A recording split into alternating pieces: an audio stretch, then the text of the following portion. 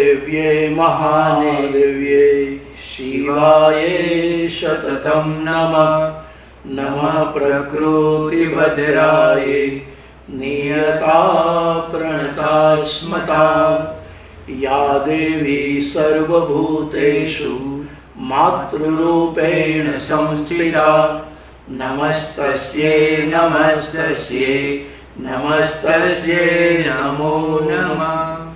जय अंबे, जय माताजी।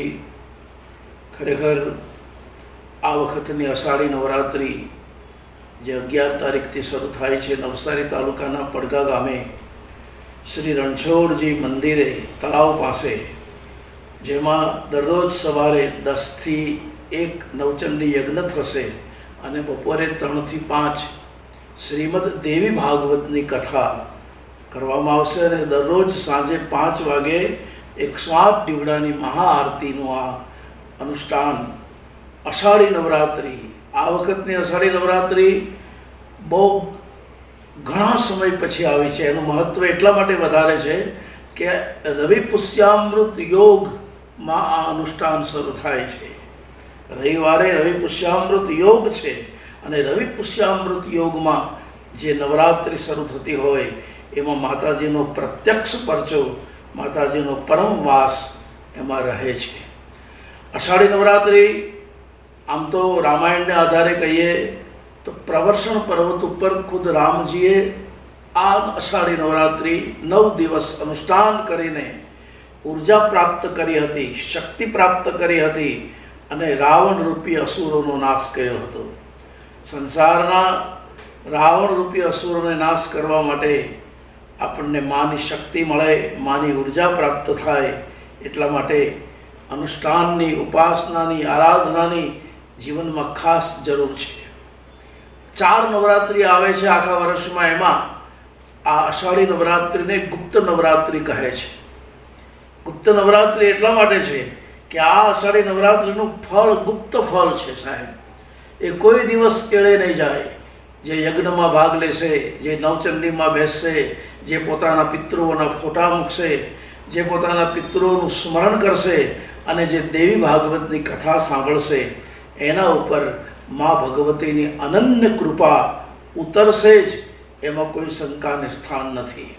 પડઘા ગામ રળિયામનું ગામ છે, ગોકુળિયું ગામ છે અને એ પડઘા ગામની અંદર જ્યારે આ નવરાત્રિનું પર્વ, અષાઢી નવરાત્રિનું પર્વ ઉજવાઈ રહ્યું છે, એમાં અમારા દેવનારાયણ ગોધામના પૂજ્ય તારાચંદ બાપુ તરફથી 108 બહેનોને સાડી વિતરણ કરવામાં આવશે। ચહેર માતાના પૂજ્ય દિનેશભાઈ માતાજી આશીર્વચન આપશે। ધારાસભ્ય શ્રી પિયુષભાઈ દેસાઈ અને ભવિષ્યના અંદર જેનું ભવિષ્ય ઉજાગર છે એવા અમારા ભારતીય જનતા પક્ષના જિલ્લા ઉપપ્રમુખ શ્રી અશોકભાઈ ગજેરા, અમારા જિલ્લા પંચાયતના મારા ખેરગામના પ્રમુખ શ્રી ભીખુભાઈ આહિર સહિત ગોકુલદાસ મહારાજ, વીરવાડી હનુમાન નવસારી સહિત મહાનુભાવો ઉપસ્થિત રહેશે।